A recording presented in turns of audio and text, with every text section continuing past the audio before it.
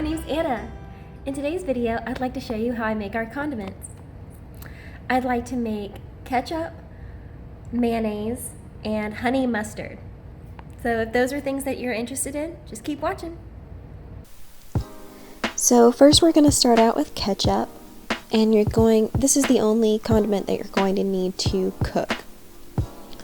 So I'm going to start with a small pot on medium to low heat, and a 12-ounce can of tomato paste. So scooping out the entire can of tomato paste into my pot, I'm going to add a whole can's worth of water, so 12 ounces of water. I'm going to add a half of it first and get it all amalgamated together, and then slowly pour in the rest of the water.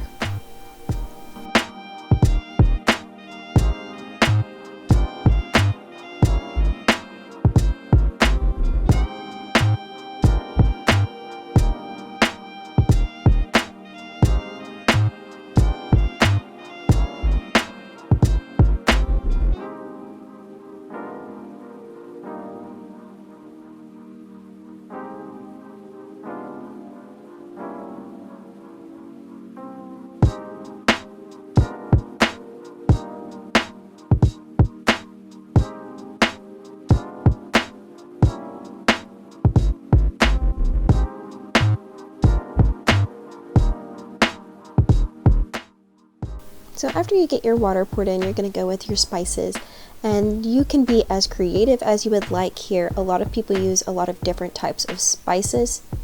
I'm going pretty basic. I'm going to use a teaspoon of onion powder, a teaspoon of garlic powder, and about a teaspoon and a half of some lemon pepper. A lot of people use cumin, coriander, clove, nutmeg. Whatever floats your boat, whatever is good to you, you can just put in a little dash of that here.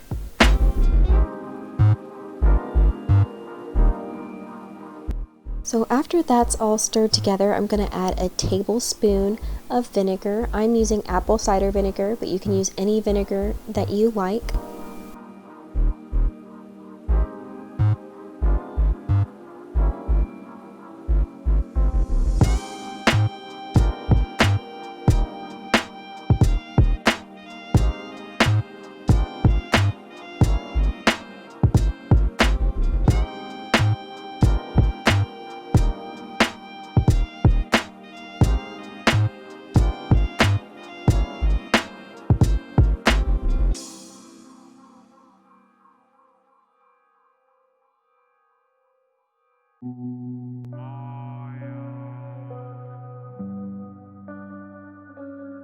And lastly, some sort of sweetener. You can get away with not putting any sweetener in this recipe, but most ketchup on the market and in general that you'll taste has a sweetener in it, and I think it balances out the typical American tomato ketchup.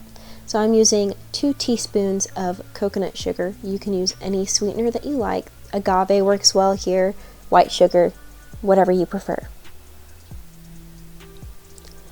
And that's it for the cooking process. You don't have to let this simmer forever if you don't want to.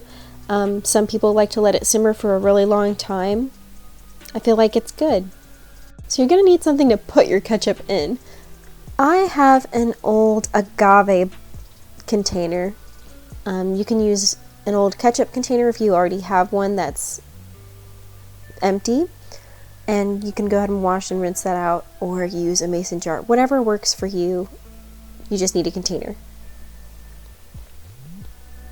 And for myself, I'm going to be using a funnel so that I can pour my ketchup into my container.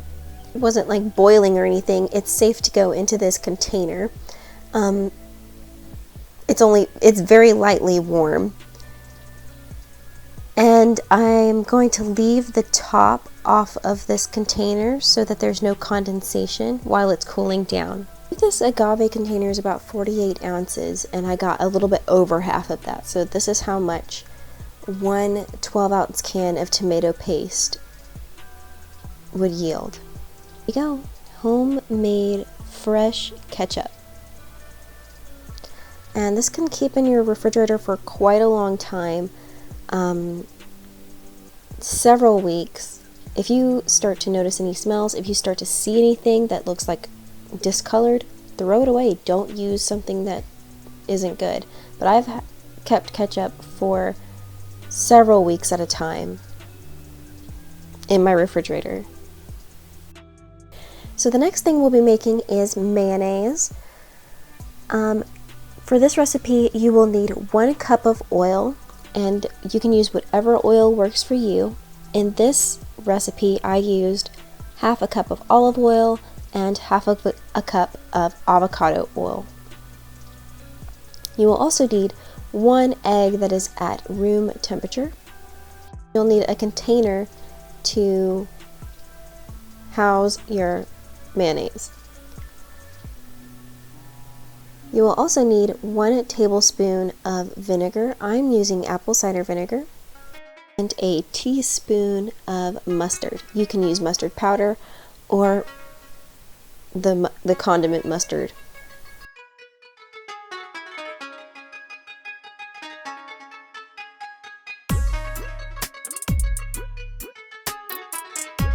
I'll be using an immersion blender for this recipe.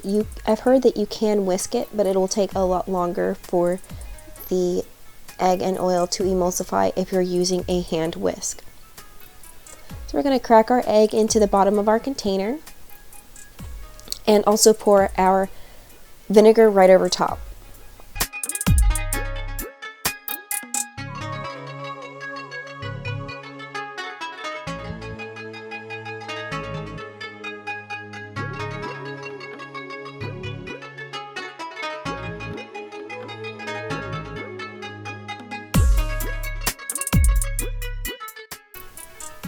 Using my immersion blender, I'm going to blitz the egg and vinegar for a split second and then slowly pour in the oil. If you have the available arms to do so, you can pour in a slow stream of oil while you're blending. I'm just going to do a little bit of oil at a time and blend, and a little bit of oil at a time and blend.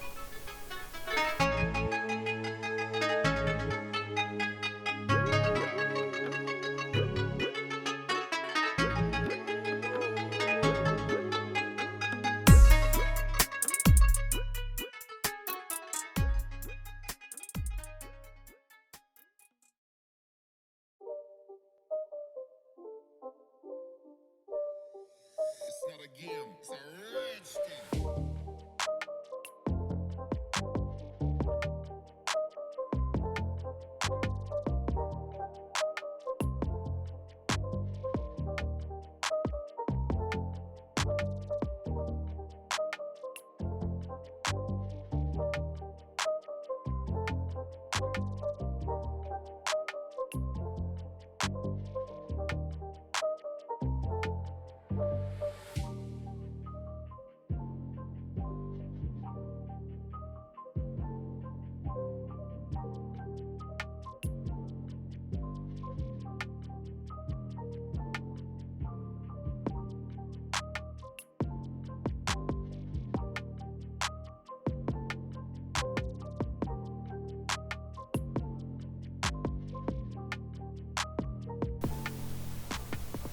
Alrighty, and I ended up with 1 cup of mayonnaise.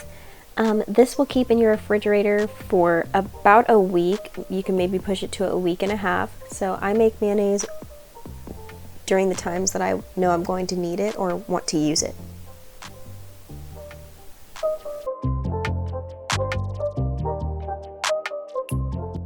The last thing we're going to be making is honey mustard, and this container already has some honey mustard in it, and I'm just going to be making it right on top of this, but you can use an empty container to make your honey mustard.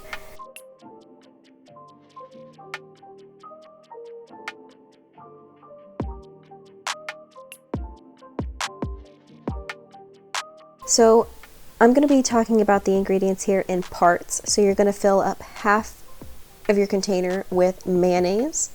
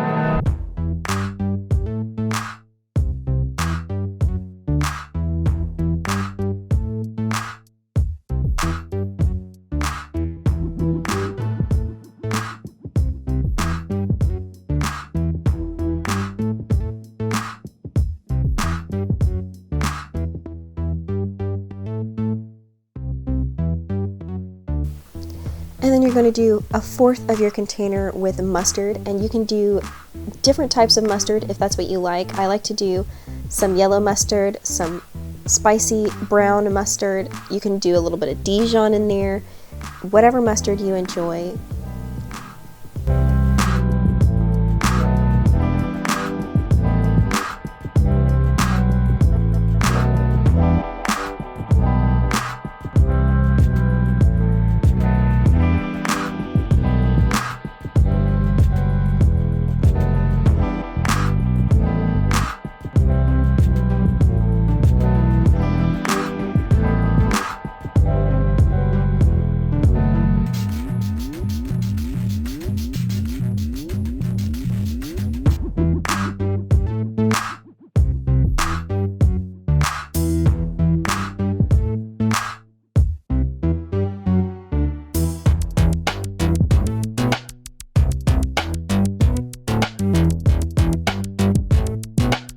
A 1/4 part of honey on top.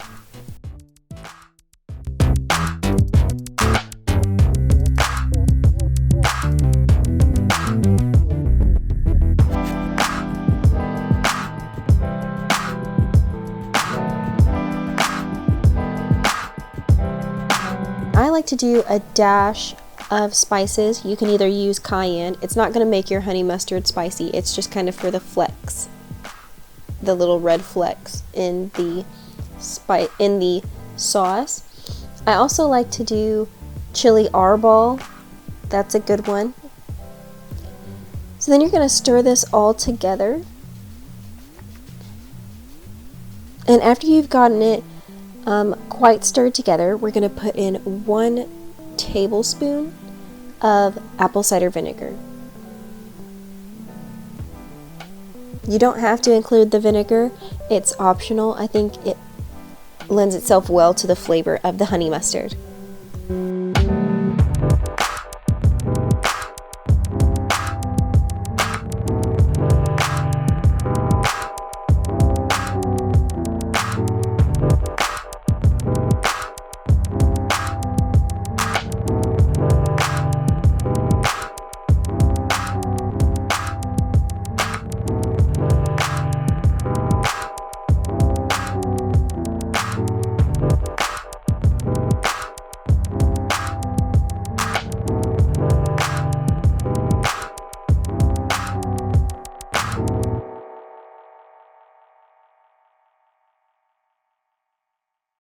Okay, so I made that intro to my condiments video like last year and then never filmed it and also never made an outro.